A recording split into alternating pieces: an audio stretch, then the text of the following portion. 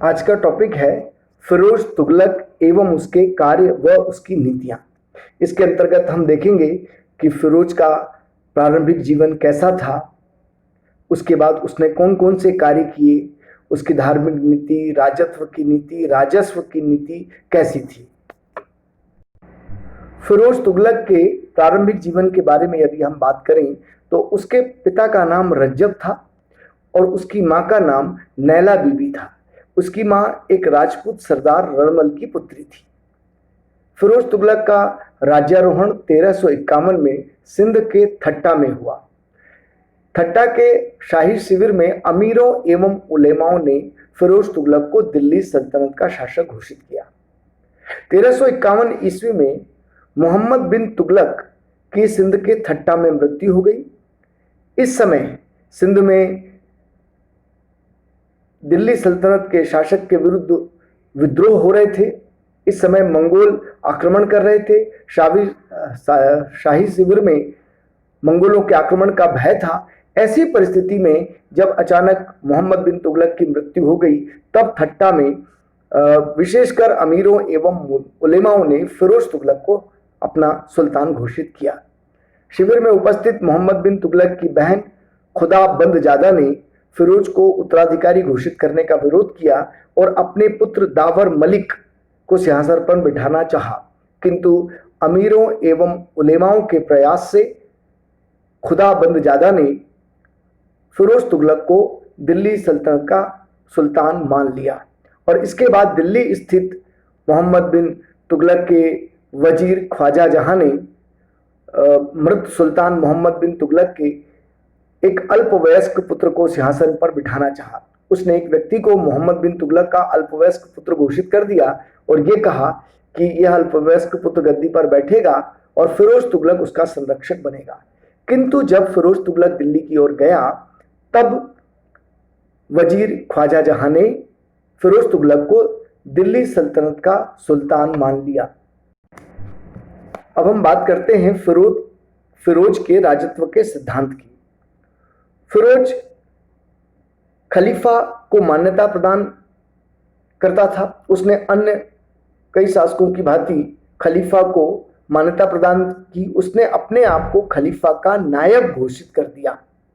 उसने अपने खुतबे में भी अपने पूर्ववर्ती सुल्तानों का नाम जोड़ा।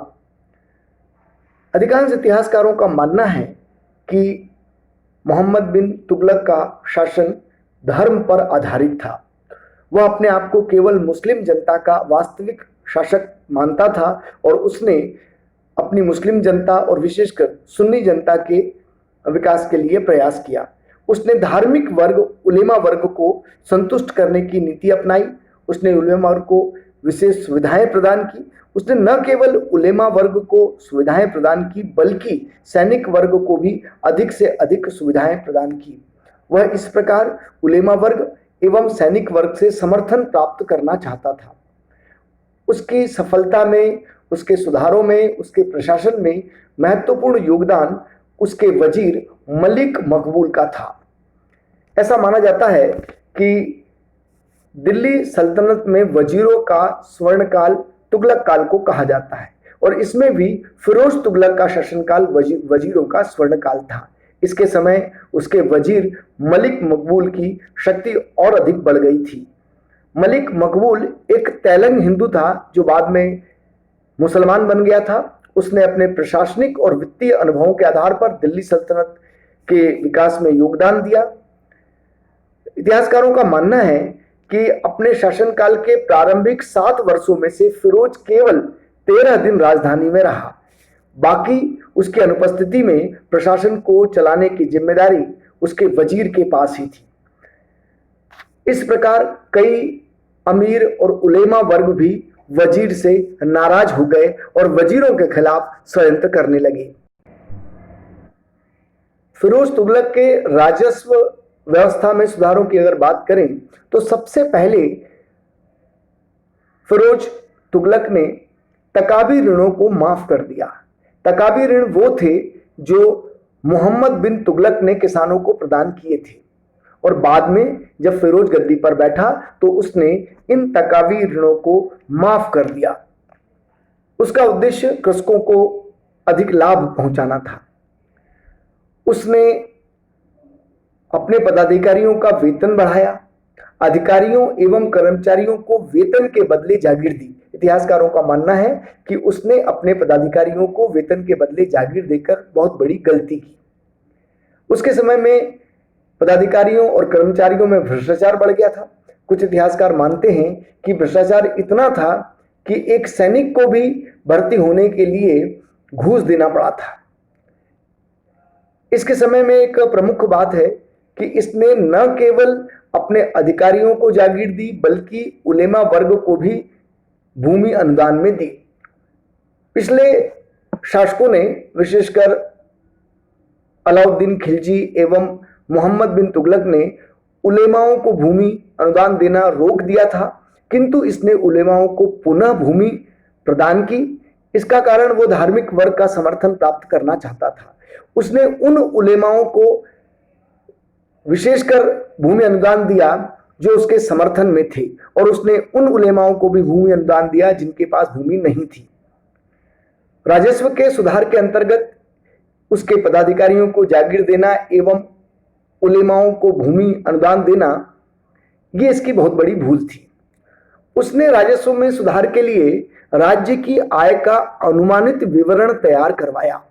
उसने राज्यों से, प्रांतों से इसका विवरण भेजने के लिए कहा, और इसी के आधार पर इसने सरकारी भूमि या खालसा भूमि का राजस्व तय किया, जो राजस्व 6,85,00,000 टन का वार्षिक निश्चित किया गया। इसने यह अनुमान के आधार पर किया। इसने आय का अनुमान स्थानीय जानकारी जो उसे उपलब्ध हुई उसके आधार पर, और राजस्व विभाग ने जो आंकड़े जुटाए उसके आधार पर किया। कुल मिलाकर यह कहा जा सकता है कि उसने पुराने शासकों की भूमि के नाप के आधार पर राजस्व को तय करने की पद्धति को त्याग दिया और अनुमान के आधार पर राजस्व तय किया। इसने एक जो महत्वपूर्ण कार्य किया, उसने जनता के कष्टदायी करों को समाप्त किया। उसने ऐसे 24 करों को समाप्त कर दिया जिससे जनता में विरोध व्याप्त था, जिसके कारण जनता नाराज थी। इन 24 करों में अलाउद्दीन खिलजी के द्वारा लगाए गए मकान कर और चरागाह कर को भी इसने समाप्त किया। इसी प्रकार अन्य कर भी इसने समाप्त कर दिए। एक महत्वपूर्ण बात यह है कि इसने कुरान के अनुसार केवल 4 मान्य करों को ही लगाया। इसमें थे जजिया, जकात, खम्स और खिराज। सबसे पहले बात करें हम जजिया की, तो जजिया गैर मुसलमानों से लिया जाने वाला एक कर था। विशेषकर ये हिंदुओं से लिया जाता था, और इससे ब्राह्मण, साधु, भिखारी, अनाथ आदि मुक्त थे। लेकिन फिरोज तुगलक ने ब्राह्मणों पर भी जजिया कर लगाया। एक महत्वपूर्ण बात दूसरा था जकात। जकात धार्मिक कर था जो केवल मुसलमानों से लिया जाता था और मुसलमानों की उन्नति के लिए और धार्मिक कार्यों पर खर्च किया जाता था। जकात 2.5 यानी 2.5% की दर से मुसलमानों से लिया जाता था, जो मैंने पहले बताया कि वह मुसलमानों के धार्मिक कार्यों पर खर्च किया जाता था। जजिया और जकात के अलावा तीसरा कर था खम्स। खम्स लूट का हिस्सा था। इसमें जो सैनिक युद्ध में लूट लेते थे उसमें 4/5 हिस्सा पहले राज्य का हिस्सा होता था एवं 1/5 हिस्सा सैनिकों का होता था। लेकिन फिरोज ने इसको बदल दिया और उसने 1/5 हिस्सा राज्य के पास रखा और लूट का 4/5 हिस्सा उसने सैनिकों में बांटने का निर्णय लिया। इसके अलावा एक महत्वपूर्ण कर था खिराज। खिराज भूमि कर था। खिराज या खराज भूमि कर था। यह हिंदू मुसलमान दोनों से लिया जाता था। इस प्रकार इसकी कर व्यवस्था में उसने 4 करों को लागू किया। हालांकि इसकी कर नीति विभेदकारी थी, लेकिन जनता के लिए अनेक कष्टदायी करों को इसने समाप्त कर दिया। सबसे महत्वपूर्ण बात, इसने भूमि को उपजाऊ बनाने के लिए सिंचाई की व्यवस्था पर विशेष ध्यान दिया। इसने नहरों का निर्माण करवाया और सिंचाई की व्यवस्था के लिए विभिन्न कुओं का निर्माण करवाया। इसमें जो व्यक्ति सरकारी या सरकार की ओर से दी जाने वाली सुविधाओं का उपभोग करता था उससे कर लिया जाता था। जैसे कि उसने सिंचाई के लिए सर्व नामक कर एक नियुक्त किया। सर्व जो सरकारी नहरों से खेतों की सिंचाई के लिए किसान पानी लेते थे उस पर लगाए जाने वाला कर था। यह सर्व या सिंचाई कर कुल उपज का 1/10वां भाग था जो किसानों से वसूल किया जाता था। उसने महत्वपूर्ण 5 नहरों का निर्माण करवाया, जिसमें जो महत्वपूर्ण नहर थी जो यमुना नदी से निकलकर हिसार तक जाती थी, जो 150 मील लंबी थी, यह सबसे बड़ी नहर थी। और दूसरी नहर, एक महत्वपूर्ण नहर जो यमुना से फिरोजाबाद तक जाती थी। इसके अलावा उसने सतलज से भी नहरों का निर्माण करवाया। एक नहर सतलज से घग्गर तक जाती थी और एक नहर मांडवी और सिरमौर की पहाड़ियों से हांसी तक जाती थी और एक नहर घग्गर से फिरोजाबाद तक जाती थी। इस प्रकार उसने 5 महत्वपूर्ण नहरों का निर्माण करवाया। ऐसा कहते हैं कि फिरोज ने नहरों का जाल बिछा दिया। इसने बांध बनवाए, तालाब बनवाए, कुएं बनवाए और इस प्रकार कृषि को बढ़ावा देने के लिए बहुत ही महत्वपूर्ण कार्य इसने किए। इसकी राजस्व व्यवस्था में एक बात को लेकर आलोचना की जाती है कि उसने, जैसा मैंने पहले बताया कि अधिकारियों और कर्मचारियों को वेतन के बदले जागीर तो दी ही दी, उसने इजारेदारी प्रथा को शुरू कर दिया। इजारेदारी प्रथा का अर्थ है भूमि को ठेके पर देना। उसने राजस्व वसूलने के लिए उन्हें भूमि ठेके पर दी जो अधिक से अधिक राजस्व देते थे। इसका नुकसान यह हुआ कि जिन सरकारी अधिकारियों या उलेमा वर्ग को भूमि दान में दी गई थी वो भी अपनी भूमि ठेके पर उठाने लगे और अधिक से अधिक लाभ कमाने लगे और ठेके पर जो व्यक्ति भूमि को लेता था वो किसानों पर इसका बोझ लाद देता था। इस प्रथा के कारण फिरोज तुगलक की आलोचना की जाती है। फिरोज ने सार्वजनिक निर्माण कार्यों में विशेष रुचि ली। उसने महत्वपूर्ण नगरों का निर्माण किया। उसके द्वारा बनवाए गए प्रमुख नगर फिरोजाबाद, दिल्ली में कोटला फिरोज शाह, फतेहाबाद, हिसार, जौनपुर और फिरोजपुर आदि नगर प्रमुख थे। उसने कई अस्पतालों का निर्माण कराया, पुलों का निर्माण करवाया, सराय का निर्माण करवाया, विद्यालयों का निर्माण करवाया, मस्जिदों का निर्माण करवाया, महलों का निर्माण करवाया और इस प्रकार सार्वजनिक निर्माण कार्य में उसने विशेष रुचि ली। उसने अशोक के स्तंभों को दिल्ली लाने का भी कार्य किया। एक स्तंभ खिजराबाद से दिल्ली लाया गया और अशोक का दूसरा स्तंभ मेरठ से दिल्ली लाया गया। अब हम बात करते हैं फिरोज शाह तुगलक की न्याय व्यवस्था की। उसकी न्याय व्यवस्था इस्लामी कानूनों पर आधारित थी। उसने इस्लामी कानून को न केवल लागू किया बल्कि न्याय एवं धर्म के सभी पद उलेमा वर्ग के लिए सुरक्षित कर दिए। उसने दंड व्यवस्था में भी भेदभाव किया। मुस्लिमों के लिए उसने कठोर दंड के स्थान पर उदार दंड व्यवस्था की, जबकि हिंदुओं के प्रति उसने कठोर दंड की व्यवस्था को अपनाया जो पहले से चली आ रही थी। एक महत्वपूर्ण कार्य यह है कि उसने अपराधियों को दी जाने वाली शारीरिक यातनाओं पर रोक लगा दी। उसने बेरोजगार मुस्लिमों के लिए एक रोजगार दफ्तर खोला और इसके संचालन के लिए एक अधिकारी नियुक्त किया।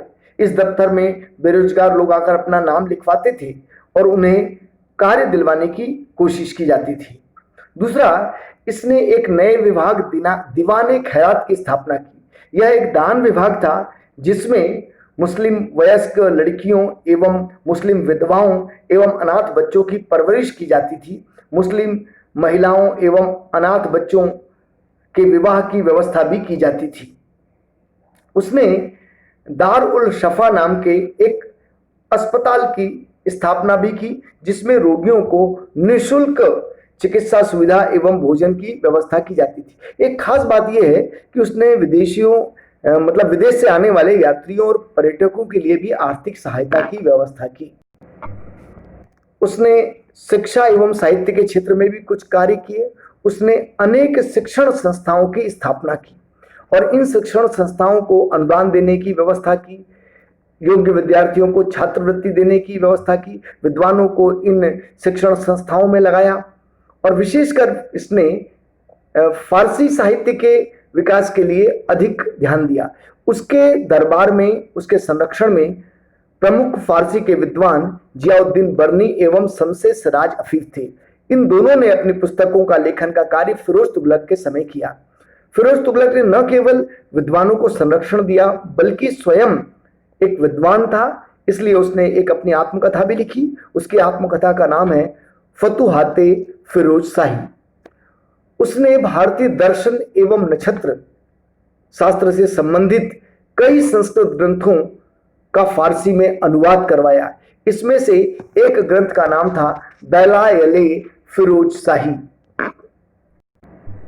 इतिहासकार फरिश्ता ने वर्णन किया है कि जब नगरकोट पर फिरोज तुगलक ने आक्रमण किया था तो उस समय उसे लूट के माल के साथ 1300 संस्कृत के ग्रंथ मिले थे और इन संस्कृत के ग्रंथों में से उसने कुछ का फारसी में अनुवाद करवाया था। उसने अपनी सेना में कुछ परिवर्तन किए। उसने अपने सैनिकों को, जो विशेषकर स्थायी सैनिक थे, उनको वेतन के बदले जागीर देना शुरू कर दिया। उसने सैनिक सेवा को वंशानुगत कर दिया। उसके समय ये इस व्यवस्था का बहुत नुकसान हुआ। इसके कारण सेना में बहुत भ्रष्टाचार फैल गया। उसने सैनिकों को किसी कारणवश अगर सैनिक वृद्ध हो जाते थे या सैनिक सेवा के योग्य नहीं होते थे तो वह उनको निकालता नहीं था, और अगर निकालता भी था तो उनके स्थान पर उसके पुत्र, अगर पुत्र नहीं हो तो दामाद, और दामाद भी नहीं हो तो उसके दास को उसकी सेवा में रख लिया जाता था, सैनिक सेवा में रख लिया जाता था। इस प्रकार कई बार अयोग्य व्यक्ति भी सेना में भर्ती हो जाते थे जो सेना के लिए घातक थे। इस कारण सेना की सैनिक क्षमता भी प्रभावित हुई। एक सबसे महत्वपूर्ण बात इसने, मतलब जो मैं बताना चाह रहा हूं कि इसने अलाउद्दीन के समय की जो व्यवस्था थी उसको समाप्त करके पुनः सामंती ढांचे पर सेना का संगठन किया और सैनिकों को जो जागीर दी उसका नुकसान हुआ। फिरोज तुगलक को दास व्यवस्था को प्रोत्साहन देने वाला शासक भी माना जाता है। उसे बड़ी संख्या में दास रखने का शौक था। ऐसा कहते हैं कि उसने एक अलग से दासों के लिए विभाग बनाया और इसके लिए अधिकारी नियुक्त किए।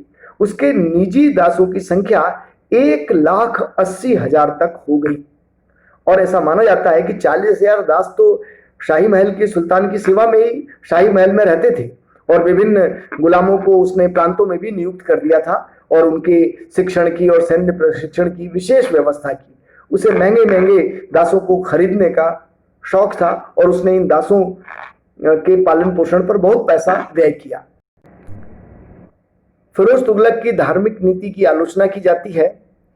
पूर्व के शासक अलाउद्दीन खिलजी और मोहम्मद बिन तुगलक जैसे शासकों समय की धार्मिक नीति को उसने बदल दिया। पहले के शासक धर्म को राजनीति से पृथक रखते थे, किंतु फिरोज तुगलक ने राजनीति को धर्म पर आधारित बना लिया। उसने उलेमा वर्ग को विशेष सुविधाएं प्रदान की। एक खास बात यह है कि फिरोज के समय उसने न केवल हिंदुओं के प्रति कठोर नीति अपनाई बल्कि शियाओं, मुल्हिदियों, महदवियों और सूफियों के खिलाफ भी कठोर व्यवहार किया। उसने कई शियाओं के ग्रंथों को नुकसान पहुंचाया। दिल्ली सल्तनत के शासकों में फिरोज तुगलक ऐसा शासक था जिसने हिंदुओं के प्रति बहुत ही कठोर नीति अपनाई। सबसे पहले तो उसने कई हिंदुओं को बहुत बड़ी मात्रा में जबरदस्ती मुसलमान बनाया। हिंदू मंदिरों और मूर्तियों को तोड़ा। स्वयं फिरोज तुगलक ने अपनी आत्मकथा फतुहाते फिरोज शाही में लिखा है कि मैंने अपनी काफिर प्रजा को पैगंबर का धर्म स्वीकार करने के लिए बाध्य किया और यह घोषणा की कि जो भी अपने धर्म को छोड़कर मुसलमान बन जाएगा उसे जजिया कर से मुक्त कर दिया जाएगा। उसने उन हिंदुओं को जजिया कर से मुक्त किया जो हिंदू से मुसलमान बन गए थे। फिरोज तुगलक ने पुरी के जगन्नाथ मंदिर को नष्ट किया। ऐसा माना जाता है कि फिरोज ने मंदिर को तोड़ फोड़ डाला मूर्तियों के टुकड़ों को समुद्र में फेंकवा दिया। फिरोज ने नगरकोट के मंदिर को भी बहुत नुकसान पहुंचाया। इतिहासकार फरिश्ता के वर्णन से हमें पता चलता है कि फिरोज ने यहाँ पर ज्वालामुखी मंदिर को भी और ज्वालामुखी मंदिर की मूर्तियों को भी तोड़ डाला।